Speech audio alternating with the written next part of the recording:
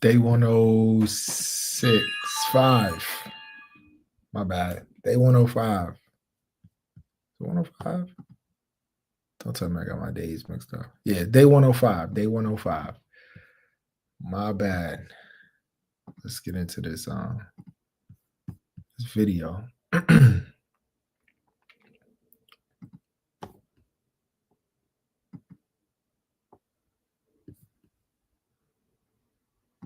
Spend a half an hour every morning in quiet time first. Don't go. Yeah. Don't go. We're all guilty of it. Yeah. It's very hard to do. You do it. Start with 5 minutes. Don't turn on any lights. Put your feet on the floor. Take some deep breaths and say thank you. And then just be quiet. You'll find it very hard to do. When you get quiet, you start to hear things. Whether you pray, whether you meditate, no music, no nothing, just sound. Just try to be quiet first, because what you're reacting to then is peace. Once you get up and grab the things or whatever, what you're reacting to is chaos. You can get addicted to peace, and you can also get addicted to chaos. Make sure you treat people kindly. You could get addicted to peace, or you could get addicted to chaos. I spoke on that before, being addicted to chaos. But one, Denzel Washington, he always dropping gems, yo. Always dropping gems. But the one thing that he was talking about when he said, when you get up, you know, don't pick up your phone right away. Just sit there in silence.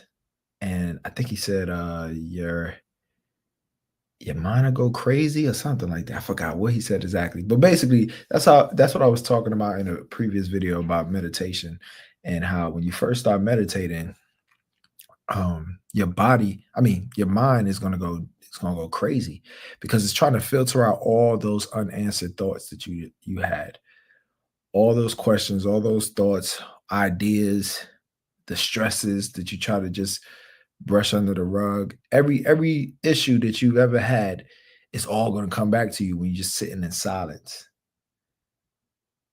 And it's rough, and a lot of people don't want to really deal with it. They think that meditation is supposed to just be this zen silence, like and you just quiet and everything like that.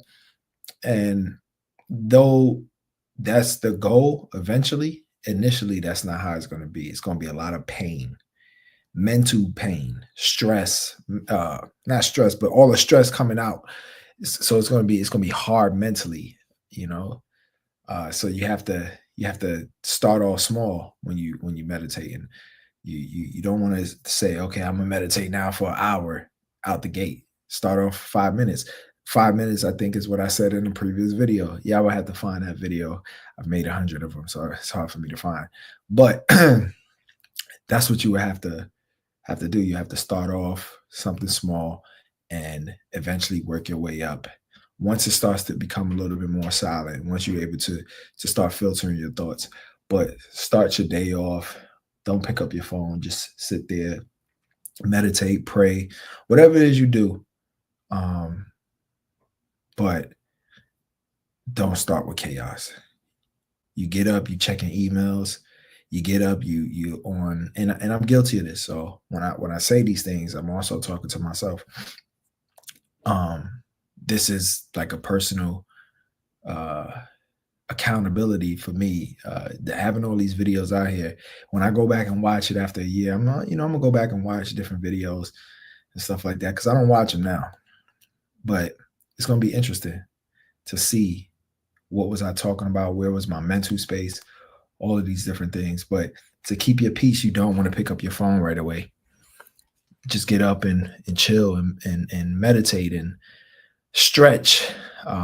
Something that I'm getting into right now. I think I'm gonna set a new goal. I want to be able to do a split, right? Either to the side or with my legs, one in front and one in back. I won't be able to, I've never had flexibility in my hips. So I want to be able to do the split.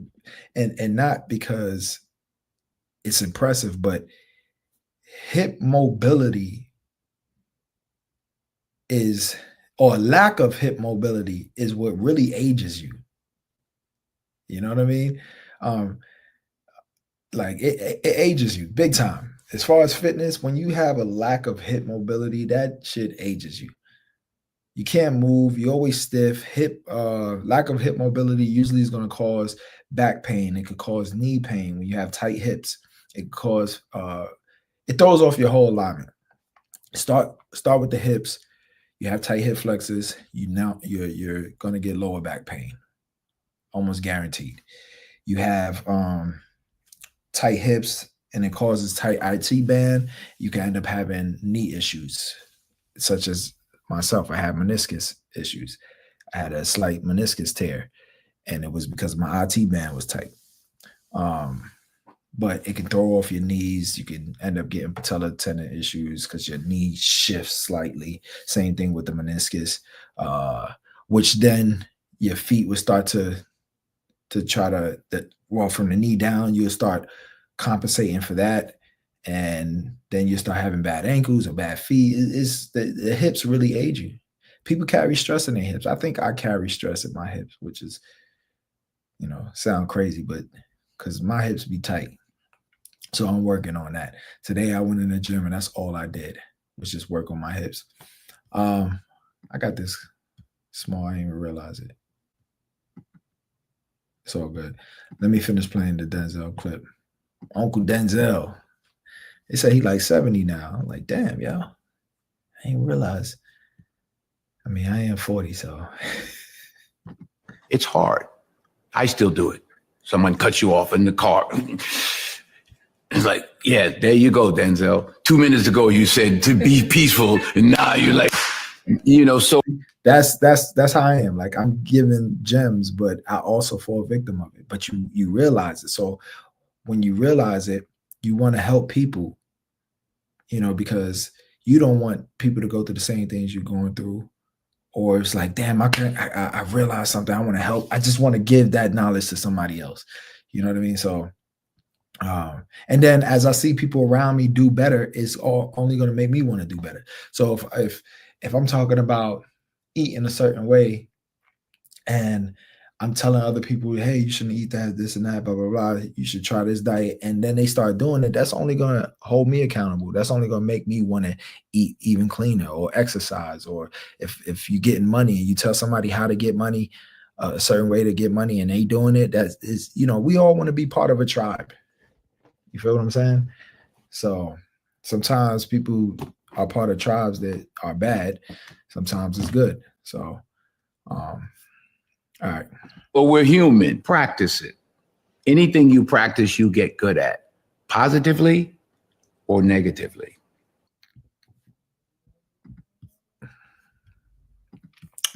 Yep. So, same stuff I'll be preaching in all my videos. Well, not all of them, but sporadically through the videos. You practice it. You practice meditation. You practice getting up in the morning. I try to get up in the morning and write down. My fault, I keep looking over, but I try to get up in the morning and write down my affirmations first. Now, especially because I had stopped doing it for a little, not stop, but I had slowed down. I think I missed a day or two, and I felt the effects of it. I was like, I got to get back to the basics. I was rushing. I was thinking, if I do these other things, I have a whole bunch of other things to do. Let me do these, and I'll come back to the affirmations instead of starting my day by doing it. Even if I'm running behind, I need to take that 30 minutes to an hour to write down my affirmations. You also writing out some of your goals in a sense, right? When you're doing it. So if you have a goal, you're not going to write a new goal every day. You're just going to write out whatever the thing is. If you in sales and you like, hey, the quota is to sell, $1,000 worth of product, then you should be writing that out. I will sell, or excuse me, not I will. I sold $1,000 worth of product in on said day or whatever particular month. I just went with 1,000. It could be 10,000, but in April, write it as it already happened. So I tend to do better when I take the time to write out my affirmations, even if I'm running behind. Do it anyways. I'm running behind. I'm just gonna do it, and everything will work itself out. And I got the roller coaster is crazy because something negative happened, but because I constantly writing my affirmations, it'll bounce back and it'll just shoot up. Um, like the issue I was telling y'all about the other day with the lady with one of my cars trying to get it. She tried to get it. She tried to return the car in Charlotte, and she did, right? But she got charged. But I was stressed, and I was like, you know what? Let me get to my affirmations, and I just kept writing my goal, and she got charged a lot for it. And she showed up like well, technically she showed up 33 minutes behind, but you get a 30-minute grace. She showed up 3 minutes behind that 30 minutes, so she got charged extra for that. And I ended up making money, and it didn't even cost that much to get there because I ended up hopping on a train. The train was a $28 ride, and then I had to catch a lift. Um, that story is funny too because she tried to cancel. She tried to switch as I'm going there. She ended up switching, saying, "Oh yeah, I'm going back to Raleigh now. I can have the car to you at 5 o'clock in Raleigh." I'm like, "Yo, I'm already on the train headed to Charlotte." She's like, "All right, well, I just go over there." This lady was stressing me out, but I just said, you know what? I'm still gonna make this money regardless. And when I was in Charlotte, I got to see somebody that I know that I haven't seen in a long time. Um, so that was cool too. I wasn't there long, but they worked at the airport, so I was able to see them. So I ended up working out. Came home, still had a good workout that day. Had a real good workout. So try to focus on the positive. Don't let anybody rob you of your peace, not because you're avoiding people, but because you're going to focus more on the positive. Even though it's hard, it's very hard. Very hard. Till next time, peace.